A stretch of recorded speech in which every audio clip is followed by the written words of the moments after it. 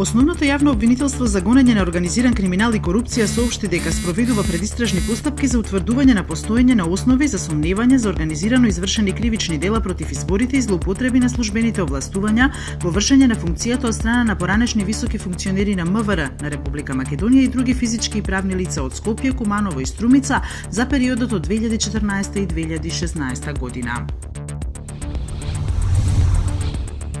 Заедницата на екоактивисти Скопје Смог Аларм денеска преку соопштение укажува дека Скопје уште во февруари ги надминува годишните ЕУ стандарди за еурозагадувањето, што според нив е срамен потсетник за еколошката и здравствената катастрофа која преживуваат граѓаните на Скопје.